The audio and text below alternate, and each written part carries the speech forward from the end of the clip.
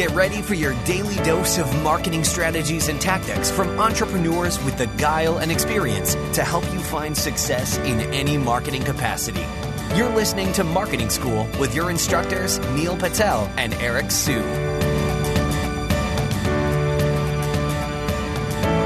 Hello and welcome to another episode of Marketing School. I'm your host, Eric Sue. And I'm Neil Patel. And today we're going to talk about how often you should be emailing your list. Now, there's a lot of different opinions around how this works, and I've seen both ways work. I've seen people that email their list every single day, people that only email once a month, once a week, whatever it is exactly. But I think Perry Marshall has a really good quote on how it is. But basically, each time you're emailing your list, you should be making them look forward to the next email, right? You should have so much value in that one that they should be looking forward to the next one. If you write something and, the gut feeling is they're probably not going to look forward to the next email, you're probably failing there. Now, I'm raising my hand right now. I'm totally guilty of this, but I think that's a really good way to think about it. Neil?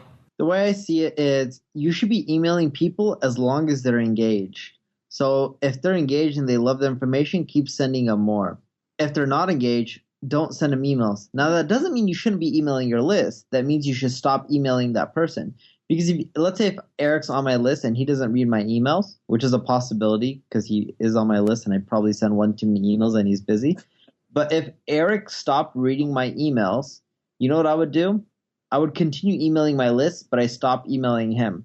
And it's programmed that way in my email system through Maropost. You can use MailChimp or wherever you want, but I use Maropost.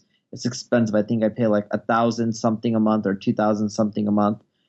And the beautiful part about it is when I email all the people who are engaged and I stop emailing the people who aren't, my deliverability stays high. When you continue emailing the people who aren't opening up your emails, you'll start noticing that all your emails will go into the spam box. So that's a really important thing.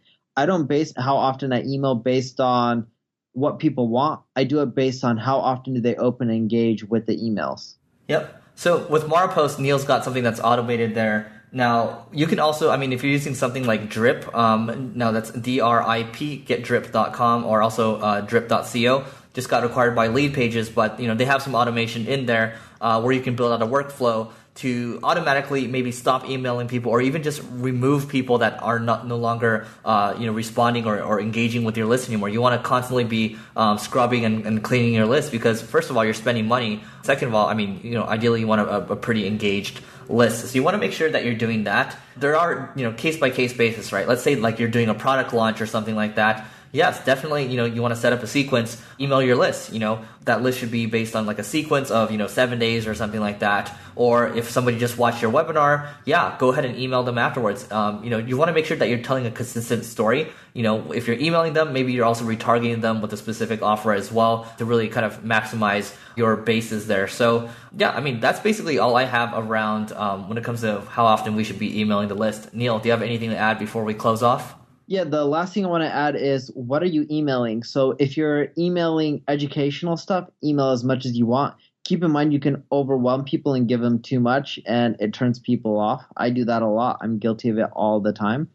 If you're emailing sales related stuff, even if people are opening up your emails and engaging, don't email often. The reason I say that is it'll irritate people. It'll screw up your brand. So sales related emails, try to limit them to like 3 or 4 a week.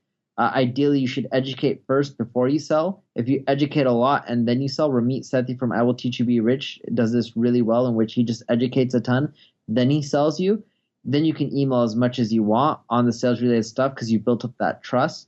But if you haven't yet, what you need to focus on is first just building that trust with your audience. So email a ton of educational stuff and then you can send sales stuff, but don't be too aggressive because it's just going to turn people off and think you're a spammer. Right. And you probably, just to keep things simple for people, think about a type of ratio, right? Maybe a 4-to-1 type of ratio where it's 4 pieces of really helpful value add pieces of content versus 1 promotional one. So anytime you're going to sell something, maybe it's 4-to-1, whatever ratio you want exactly, just think about it. And then also, make sure you're surveying your audience just to get a feel for kind of where they're at. So that's it for this episode of Marketing School. I want to encourage you, if you have other ideas, other topic ideas for us to talk about, please just tweet at us or email us, whatever it is exactly. Appreciate all the feedback that you guys have for us. So we'll see you in tomorrow's episode of Marketing School. This session of Marketing School has come to a close. Be sure to subscribe for more daily marketing strategies and tactics to help you find the success you've always dreamed of. And don't forget to rate and review so we can continue to bring you the best daily content possible. We'll see you in class tomorrow, right here on Marketing School.